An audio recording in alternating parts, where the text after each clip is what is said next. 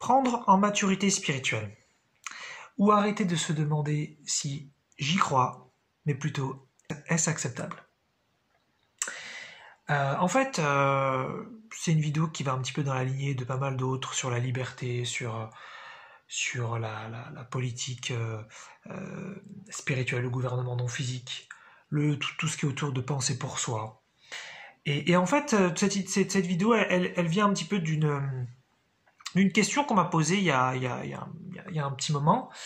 C'était, est-ce que tu crois au karma? On m'a demandé ça.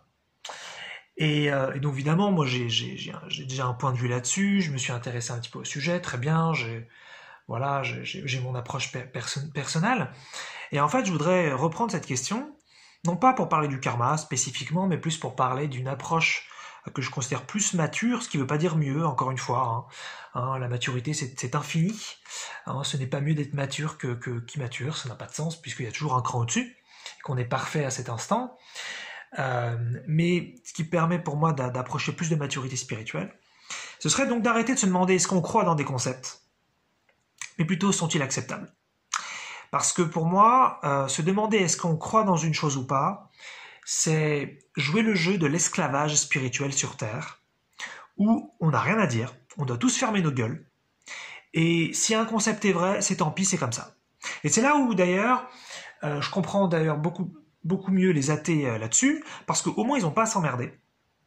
S'il y a des concepts spirituels qui leur plaisent pas, genre le karma, genre l'enfer, genre la réincarnation, le destin imposé, toutes sortes de choses comme ça, et ben au moins ils se disent moi j'y crois pas, tout ça c'est pas vrai, et c'est beaucoup plus simple, et je vis ma vie d'humain tranquille. Et ça, moi, ça fait sens pour moi, cette vie d'athée avec cette approche-là. Et justement, quand on s'intéresse à la spiritualité, on se rend compte qu'il y a pas mal de sujets, de concepts comme ça qui reviennent à droite à gauche. Et effectivement, il y a pour moi, selon moi, un énorme esclavage spirituel, puisque dans la spiritualité terrestre, on nous impose plein de concepts et en général, on les justifie jamais. Et on nous dit, bah voilà, c'est comme ça, voilà, pour certains, ça va être, bah, il y a le karma, pour d'autres, c'est l'enfer, pour d'autres, c'est, bah tiens, la loi de l'attraction, elle fonctionne comme ça sur Terre, ah bah, t'as choisi ta vie et t'as choisi ta mission de vie, et on te donne plein d'infos comme ça, sur comment la vie fonctionne, comment l'existence fonctionne, sans jamais te justifier vraiment, parfois on donne des explications, mais c'est très flou, on n'a jamais le droit vraiment de poser de questions. Et puis, sans parler d'autres dimensions où la spiritualité pourrait être différente, comme j'avais déjà donné cet exemple-là, la gravité n'est pas la même d'une planète à une autre, la spiritualité, les lois dimensionnelles ne sont donc pas les mêmes non plus d'une dimension à une autre. Donc il ne faut pas non plus s'arrêter à la Terre. Ce qui fonctionne sur Terre ne fonctionne pas forcément sur notre planète, et ce qui fonctionne dans cette dimension physique ne fonctionne pas forcément dans une autre dimension. Donc déjà, faut sortir un peu du paradigme terrestre, la Terre c'est très très bien, mais il y a la possibilité de faire une infinité d'autres expériences, et donc il faut arrêter de penser que la Terre c'est le seul truc où il faut vivre et il faut expérimenter plein de choses. Ça c'est quand même un énorme biais qu'on retrouve aussi en spiritualité, pas partout, mais à beaucoup d'endroits. Et donc, pour moi, faire preuve de maturité spirituelle, ou plutôt davantage de maturité spirituelle, puisqu'il n'y a pas une maturité de fin, il n'y a pas un dernier niveau à atteindre, mais ce serait donc d'arrêter de se dire, donc, pour cette question, par exemple, est-ce que tu crois au karma ? Plutôt que de répondre est-ce que j'y crois ou pas, et de dire est-ce que c'est un concept acceptable.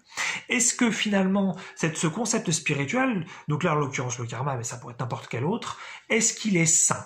Est-ce qu'il est bon pour les humains ? Est-ce qu'il est intelligent ? Est-ce qu'il est justifiable ? Est-ce qu'il a été bien pensé ? Est-ce qu'il est fait de sagesse ? Est-ce qu'il est fait d'amour ? Est-ce qu'il me plaît à moi en tant qu'individu ? Ça, pour moi, c'est reprendre son héritage divin. Ça, pour moi, c'est reprendre cette puissance que nous sommes de la divinité, de l'amour, de la sagesse, de la conscience. Ça, pour moi, c'est vraiment quelque chose qui a beaucoup plus de sens. Plutôt que de se soumettre à des concepts comme ça, ou de se dire, bah, j'y crois pas et je suis un peu tranquille parce que je me dis que c'est bon, mais quand même, quelque part, je flippe peut-être un petit peu, peut-être si c'est vrai, oh là là, je vais devoir me soumettre et je vais devoir peut-être payer plein de choses. D'ailleurs, c'est pour ça qu'on retrouve souvent une peur du blasphème. Évidemment, cette peur du blasphème, elle est beaucoup chez les religieux, mais finalement même la peur du blasphème, on la retrouve chez les athées, parce qu'ils se disent j'y crois pas, mais il faut quand même que je fasse gaffe un petit peu au cas où c'est vrai. Il y a quand même cette petite précaution que parfois il y en a certains qui prennent. Et donc soit effectivement, donc on se dit qu'on n'y croit pas, soit à ce moment-là on y croit et on se pose jamais de questions. Et finalement, quand on se dit, si on prend le karma, si on prend la loi d'attraction terrestre, si on prend donc, comme je disais, l'enfer ou le paradis tel qu'il est conçu dans les religions monothéistes, si on prend la réincarnation obligatoire, si on prend donc le destin imposé ou la mission de vie, si on prend la non-communication consciente faite par les guides spirituels lors de la vie d'un humain, si on prend l'oubli à la naissance de d'où on vient, de qui nous sommes, si on prend toutes sortes de concepts comme ça, plutôt que de se dire est-ce qu'ils sont vrais, pas vrais, est-ce que ça doit être, est-ce que voilà, est-ce qu'on va dans cette direction ou pas? Est-ce que c'est plutôt est-ce que c'est bon pour moi? Est-ce que c'est acceptable? Parce que qui décide de ces concepts? Si on prend par exemple la réincarnation obligatoire, il y en a plein qui disent voilà, c'est comme ça. Donc il y en a plein qui croient pas dans la réincarnation, très bien. Et puis d'autres ils disent c'est des cycles de réincarnation, on a des cycles à faire, et puis c'est tout et c'est comme ça. Et il y en a qui disent et après il y a des dérives. Enfin il y a on se réincarne en animal, ou alors on se réincarne en quelque chose de plutôt négatif si on a vécu de la merde, ou alors on se réincarne quelque chose de plus positif en fonction de ce qu'on a vécu, ou alors on va sortir du cycle de réincarnation, et puis il y a toutes sortes de théories, toutes sortes de choses. Mais qui décide de ça? Qui décide de ça?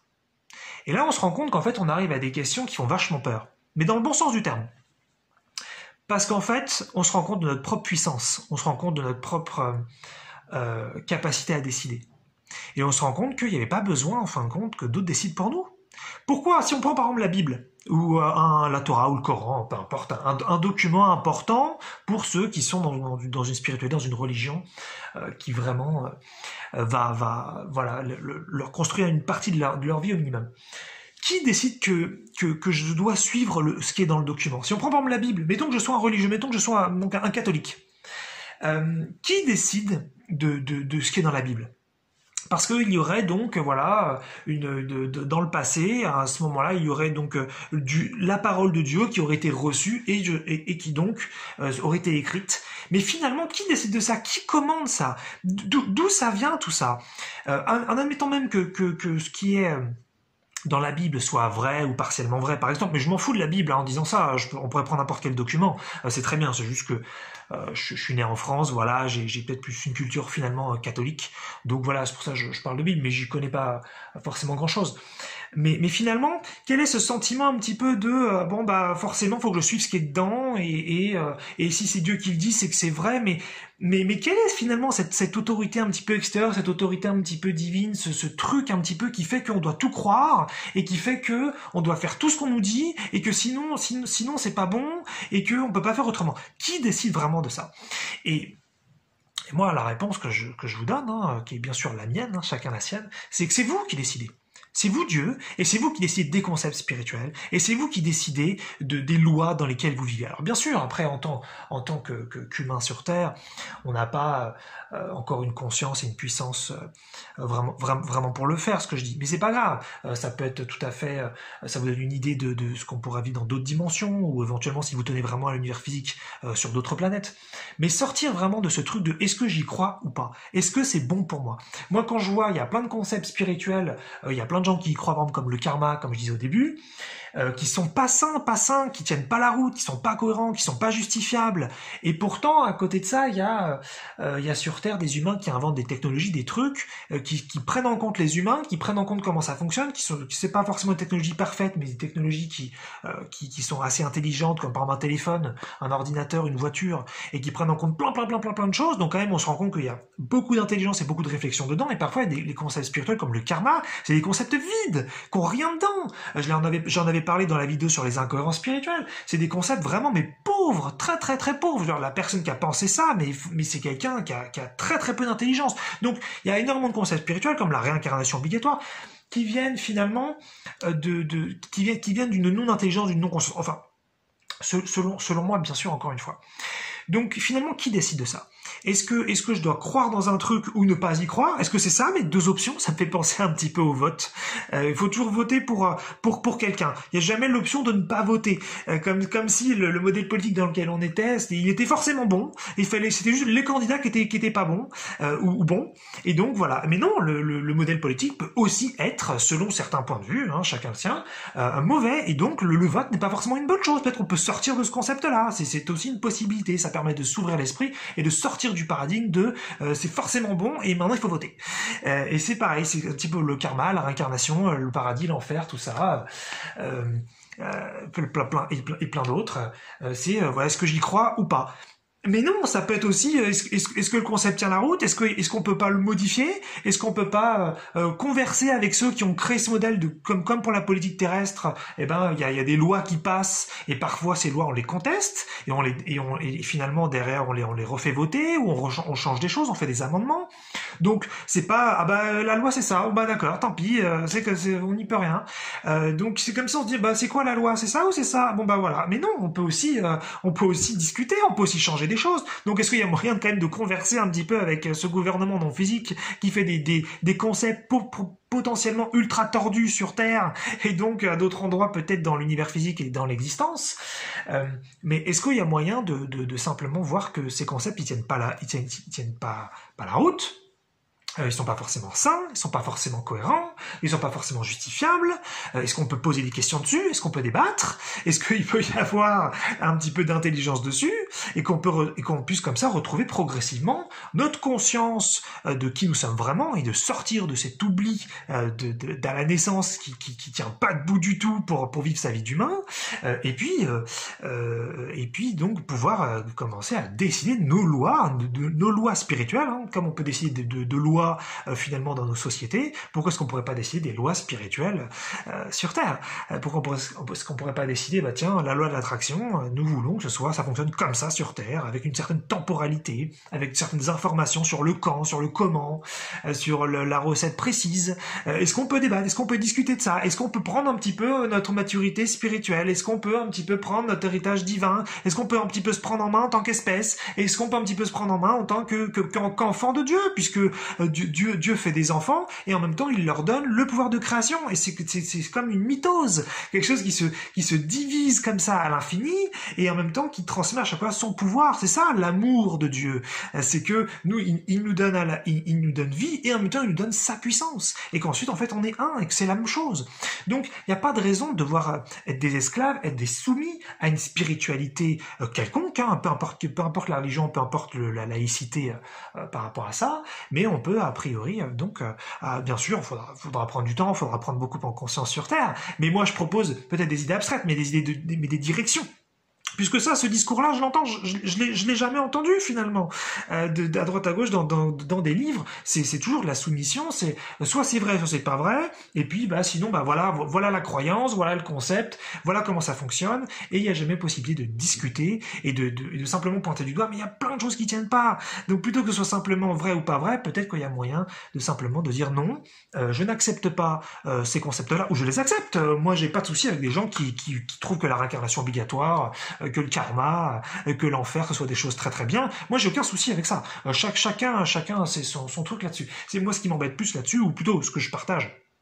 Est-ce que de la dire... Enfin, oui, ça m'embête me concernant, mais après, chacun fait son truc. Donc, c'est plutôt cette idée de, le concept est tel quel. Sur Terre, dans l'univers physique, ça fonctionne comme ça, mais on peut discuter de ça?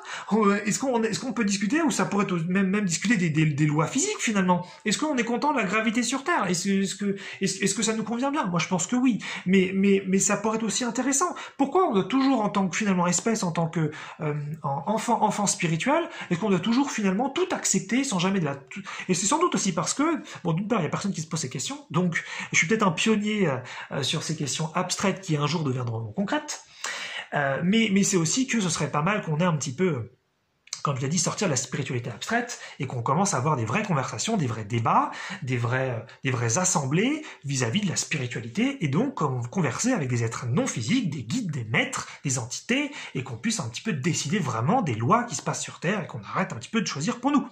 Et c'est ça aussi, il faut qu'on s'autorise nous, qu'on arrête d'avoir peur de parler de ces grandes questions, de quelle existence on veut en tant qu'humain, de ce qu'on veut vivre en tant qu'espèce, qu'est-ce qu'on veut vivre sur cette Terre, sur cette planète. Ok, il y a plein d'autres planètes, il y a plein d'autres dimensions, il faut aussi s'ouvrir à ça. Mais pour l'instant, on est là sur Terre en tant qu'humain.